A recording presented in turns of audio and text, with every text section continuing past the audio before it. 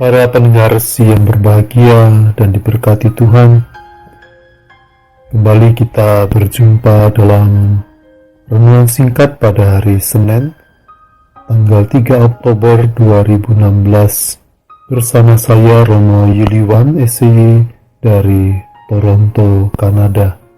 Mari kita membuka hati mendengarkan sabda Tuhan yang pada hari ini diambil dari Injil Lukas bab 10 ayat 25 sampai dengan ayat 37.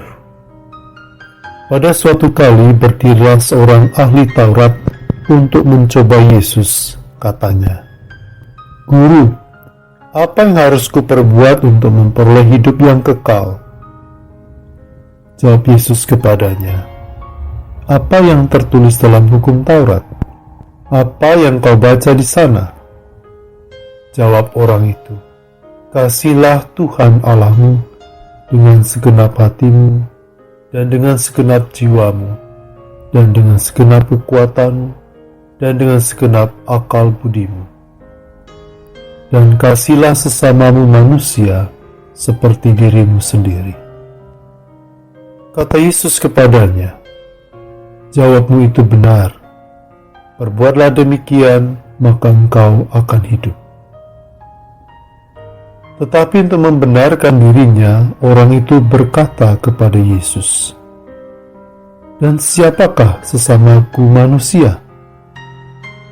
Jawab Yesus, "Adalah seorang yang turun dari Yerusalem ke Yeriko. Ia jatuh ke tangan penyamun-penyamun yang bukan saja merampoknya habis-habisan, tetapi yang juga memukulnya, dan yang sesudah itu pergi meninggalkannya setengah mati. Kebetulan ada seorang imam turun melalui jalan itu. Ia melihat orang itu, tetapi ia melewatinya dari seberang jalan.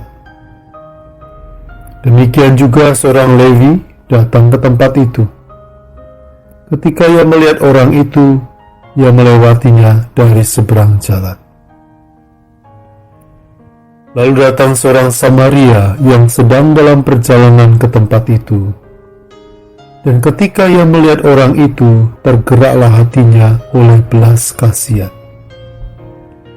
Ia pergi kepadanya, lalu membalut luka-lukanya, sesudah ia menyiraminya dengan minyak dan anggur. Kemudian ia menaikkan orang itu ke atas keledai tunggangannya sendiri, lalu membawanya ke tempat penginapan dan merawatnya. Keesokan harinya, ia menyerahkan 2 dinar kepada pemilik penginapan itu.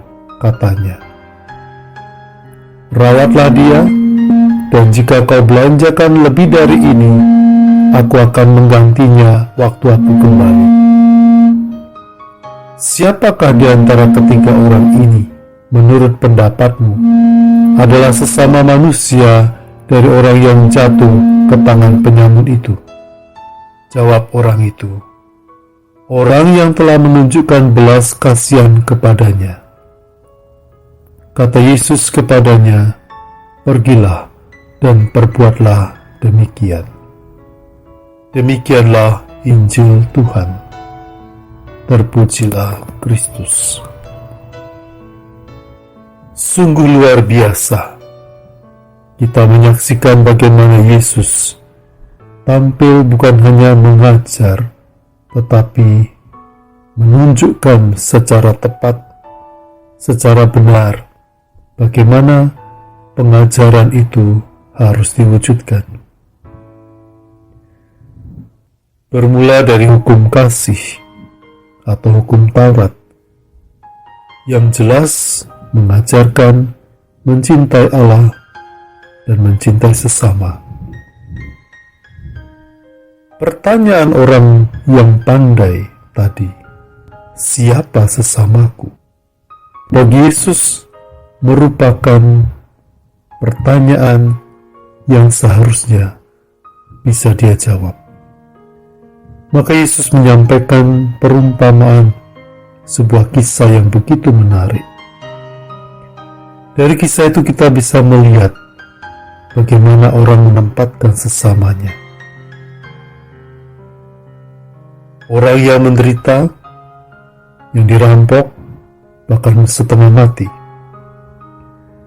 Dilihat oleh dua orang pertama, Imam dan Levi, kedua orang yang mempunyai pengetahuan, yang tahu tentang hukum kasih, namun melewatinya tanpa berbuat apa-apa. Sementara itu orang Samaria yang seringkali disingkirkan, dianggap orang yang tidak baik, dia melihat, menyeberang, lalu menolong, membalut lukanya, bahkan membawanya ke penginapan, masih merawatnya sampai ia meninggalkannya dan meninggalkan uang untuk perawatan selanjutnya. Orang itu melakukannya karena tergerak hatinya oleh belas kasihan. Saudara-saudariku yang terkasih,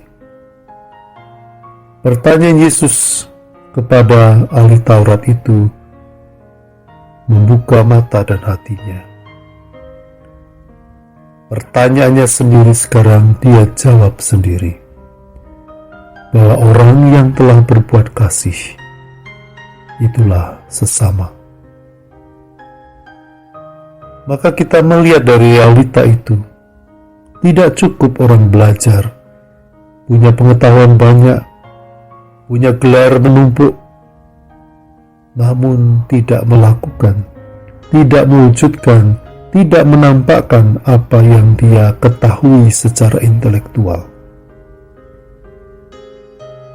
Hukum kasih hanya mampu dan bisa terwujud ketika orang juga punya belas kasihan, tergerak hatinya.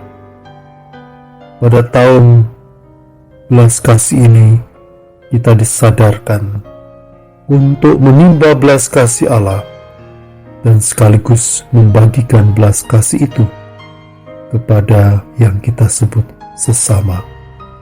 Orang-orang yang ada di sekitar kita, yang dekat dengan kita, dan juga yang paling membutuhkan uluran tangan kita. Saudara-saudariku yang terkasih, mari kita semakin mendengar suara Tuhan, membuka mata kita dan hati kita, menggerakkan hati kita, tergerak oleh belas kasihan yang berasal dari Tuhan, yang telah mengasihi kita, dan sekarang kita teruskan lewat mengasihi, berbagi kasih, lewat sapaan, lewat pertolongan, hal-hal kecil yang kita bisa lakukan kepada sesama kita. Selamat berbagi kasih, selamat mewartakan kasih, dan jadilah nabi-nabi cinta kasih di zaman yang membutuhkan kasih saat ini. Berkat Tuhan menyertai kita semua. Amin.